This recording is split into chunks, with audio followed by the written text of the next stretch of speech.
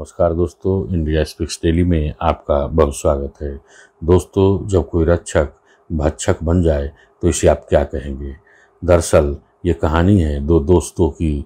दोनों दोस्त आवारागर्द प्रवृत्ति के हैं, लेकिन छोटा मोटा काम करके अपना गुजर बसर करते हैं। इनमें अजीत पर हत्या के प्रयास का एक मुकदमा दर्ज है, जबकि उसका जो दोस्त है अतुल, वह छोटा मोटा अपराध करता रहा है। एक दिन की बात है, दोनों शाम के समय शराब पी रहे थे। शराब पीने के बाद इनकी इच्छा आइसक्रीम खाने की हुई और दोनों जब पैदल आइसक्रीम खाने के लिए जा रहे थे, तब इनका शरीर जो है वो सड़क किनारे खड़ी एक कार से मामूली सी टच हो जाती है। अब इन पर तब सामत आ गई जब कार में सवार उस समय 4 लोग होते हैं और वो चारों लोग मिलकर दोनों की पिटाई शुरू कर देते हैं। पिटाई के दरमियान अतुल किसी तरह तो भाग निकलता है, लेकिन अजीत की जमकर पिटाई की जाती है। ऐसा हाव भाव से लग रहा है कि जो कार पे सवार 4 लोग थे वो भी शराब के नशे में धुत थे और इन लोगों ने अजीत की बुरी तरह पिटाई ही नहीं किया, बल्कि उसे किडनैप भी कर दिया और कार में इसको पीटते हुए आगे की तरफ चल पड़े। रास्ते में किसी ने अजीत को चाटा मारा तो किसी ने उसका गला दबाया और जब वह बेहोश हो गया तो मानवता का पहलू देखिए, जो इसे कोई अस्पताल या नर्सिंग होम में भर्ती कराने के बजाय इसको चारों हैवानों की तरह लगातार पीटते रहे। कुछ देर के बाद अजीत की मौत हो जाती है। फिर ये चारों लोग का नशा कुछ हद तक काफूर होता है और ये चारों प्लानिंग बनाते हैं जो इसके लाश को कैसे ठिकाने लगाया जाए। इनमें से कोई बोलता है कि इसकी लाश को हम सड़क किनारे फेंक देते हैं, तो कोई बोलता है कि नहीं, ऐसे तो पकड़े जाने का खतरा है। फिर चारों वहाँ से 10 किलोमीटर दूरी पर स्थित एक नहर में ले जाकर उसकी लाश को फेंक कर अपने अपने घर चले जाते हैं।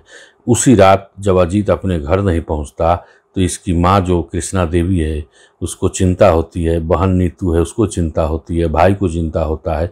वो अपने स्तर से काफ़ी तलाशते हैं, लेकिन अजीत का कुछ भी अता पता नहीं चलता है। थक हार कर ये जो इनके परिजन हैं वो अशोकनगर थाने में इसकी शिकायत देते हैं, लेकिन थाने का स्टाइल देखिए, ये देश की राजधानी की स्मार्ट दिल्ली पुलिस है। यदि कोई लो प्रोफाइल व्यक्ति आ जाए, मिडिल क्लास का व्यक्ति आ जाए, तो बहुत ज़्यादा कार्रवाई करने में यकीन नहीं रखते, लेकिन जब कोई हाई प्रोफाइल इनके पास मामला आ जाता है तो वो तत्क्षण हर एक तरह के मदद के लिए तैयार हो जाते हैं। खैर, थाने में इनकी पुकार किसी ने नहीं सुनी और इनको चलता कर दिया। थाने में इनसे सिर्फ एक एप्लीकेशन लिखवा लिया कि उनका बेटा गुम हो गया है और ये कह के भगा दिया कि तुम्हारा बेटा कहीं इधर उधर गया होगा, खुद जाके पता कर लो। ये लोग काफ़ी तलाशते हैं। ये जून महीने की घटना है। जून महीने से लेकर 1 महीने बीत गए, लेकिन अजीत का कुछ भी अता पता नहीं चला। इसके जो परिजन हैं वो इधर उधर भटकते रहे, लेकिन कोई भी सुनने वाला नहीं था। कई बार थानों के चक्कर काटे, लेकिन वहाँ पर कोई भी ऐसा व्यक्ति, कोई भी ऐसा पुलिसकर्मी नहीं मिला जो इनकी मदद कर पाए। यह SHO से भी मिलते हैं, लेकिन वो भी मदद करने में असमर्थ दिखाई देता है।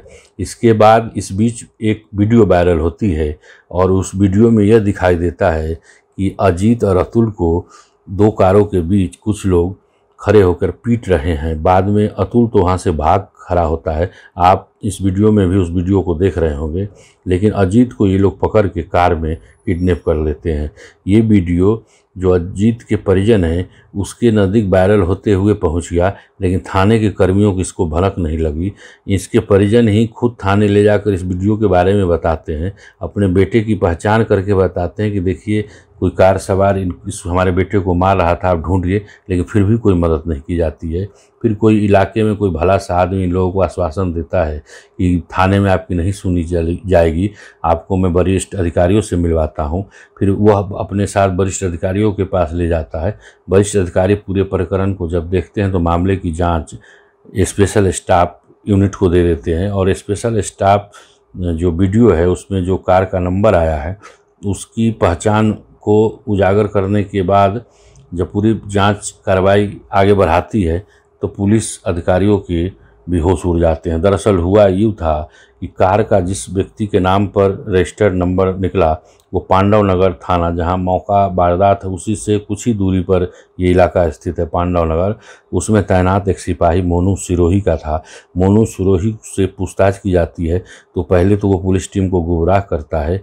एक पुलिस वाला ये सोच के कि दूसरे पुलिस वाला से बच जाएगा, लेकिन उसे जब बताया जाता है कि भाई इस पूरे प्रकरण को वरिष्ठ अधिकारी खुद मॉनिटरिंग कर रहे हैं, आपको बताना पड़ेगा जो उस रात क्या हुआ था, तब वो स्वीकारता है कि हमने उस व्यक्ति को जो हमारे गाड़ी से टच कर हो गया था, हमने उसको उठा लिया और रास्ते भर उसकी पिटाई की, उसकी मौत हो गई तो हमने उसके लाश को गंगनहर मुराद नगर में गाजियाबाद में स्थित है वहाँ ले जाकर फेंक दिया था। पुलिस अधिकारी ये सुनते ही अपना सर पकड़ लेते हैं और उन्हें विश्वास नहीं होता कि महकमा का एक सिपाही इस तरह की घटना को अंजाम देकर पूरे विभाग को शर्मसार करेगा। वह बताता है मोनू सिरोही जो आरोपी है कि उसके साथ उस दिन 4 और दोस्त थे और ये चारों मिलकर शराब पिया था। एक दोस्त मौके से चला गया था, लेकिन 3 जो दोस्त थे हरीश, विनीत और विकास सिरोही, ये जब चारों शराब पीने के बाद कार में आकर बैठे थे और वहाँ से चलने ही वाले थे तो ये 2 लड़के आए और उनके गाड़ी से टच हो गए थे। इन लोगों को काफ़ी गुस्सा आया था और इन लोगों ने जब उसको टोका तो वो भी झगड़े करने पर उतारू हो गया। शायद पी रखा था और हम लोग भी पी रखे थे, या इस वजह से हम लोगों ने उसकी पिटाई शुरू कर दी थी। इसमें से एक तो भाग गया, हम लोग दूसरे की हत्या कर उसकी लाश को नहर में फेंक दिए थे। पुलिस ने इस खुलासे के बाद जो आरोपी सिपाही मोनू सिरोही है उसके 3 दोस्तों को भी गिरफ्तार किया। इसमें एक मुंबई का प्रॉपर्टी डीलर भी है जिसके आने की खुशी में मोनू सिरोही ने पार्टी दी थी, और मोनू सिरोही को अब दिल्ली पुलिस ने नौकरी से ही बर्खास्त कर दिया है और उस एसएचओ को, न्यू अशोकनगर थाने के एसएचओ प्रमोद कुमार को पूरे मामले में लापरवाही बरतने के चलते विभागीय जांच के आदेश दिए हैं। सबसे दुखद स्थिति ये है कि अभी तक अजीत की लाश पुलिस को हासिल नहीं हुई है और ऐसा माना जाता है कि जो बीच में अंतराल है, जो फासला हुआ है, उस दरमियान जो लोकल गाजियाबाद पुलिस है, हो सकता है वहाँ से किसी डेड बॉडी को निकाली हो, तो संपर्क में है दिल्ली पुलिस कि क्या कोई ऐसी 1-1.5 महीने के अंतराल में गंगनहर से कोई डेड बॉडी निकाली गई है क्या। हो सकता है जो उस लाश को अभी कहीं प्रिजर्व करके रखा हो सकता है कि उसकी अंत्येष्टि भी कर दिया गया हो। तो इस पूरे प्रकरण को लेकर अभी जाँच कार्रवाई चल ही रही है, लेकिन आप देखेंगे कि पूरे घटना में किस प्रकार एक रक्षक भक्षक बन गया।